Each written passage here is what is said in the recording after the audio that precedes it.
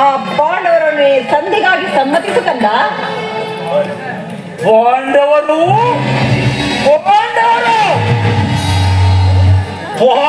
ಮಾಡಿದ್ದು ಧರ್ಮ ಸಮರ್ಥವಾದ್ರೆ ಆ ಧರ್ಮಕ್ಕೆ ಶತಾಧಿಕ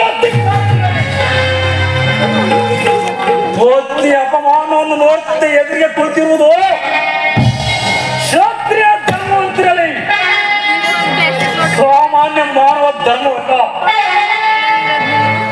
ನನ್ನ ಪತ್ನಿ ಭಾನುಮತಿಗಾಗಲಿ ಅಥವಾ ನನ್ನ ಅಂತಃಪುರದ ಒಬ್ಬ ಸಾಮಾನ್ಯ ಜಾತಿಗೆ ಇಂಥ ಅಪಮಾನ ಆಗಿದ್ದರೆ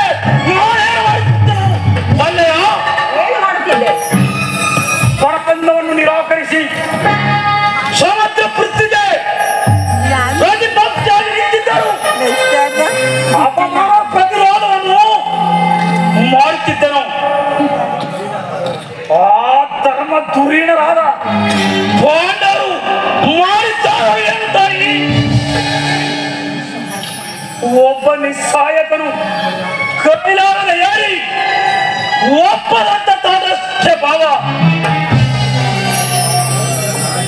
ಅದಕ್ಕಾಗಿ ಅವರ ಮೇಲೆ ನನಗೆ ಅಷ್ಟೊಂದು ಕೋಪ. ಅವರು ಭರತ ವಂಶದ ಕಳಂಕ ಸ್ವರೂಪರು. ಅವರನ್ನು ನಿರ್ಮೂಲವಾಗಿ ನಾಶ ಮಾಡಿ ಶಂತನು ದುಶ್ಶಂತನಾಗಿ ನಮ್ಮ ಪೂರ್ವದ ಪುಣ್ಯ ಸ್ಥಿತಿಯನ್ನು ಉದ್ಧಾರ ಮಾಡುವುದೇ ಈ ಯುದ್ಧದ ಉದ್ದೇಶ. ನಾನು ಅದರ ಸಲುವಾಗಿ ದೀಕ್ಷಾಬದ್ಧನಾಗಿರು ನನ್ನನ್ನು ಹರಸುತ್ತಾಯಿ.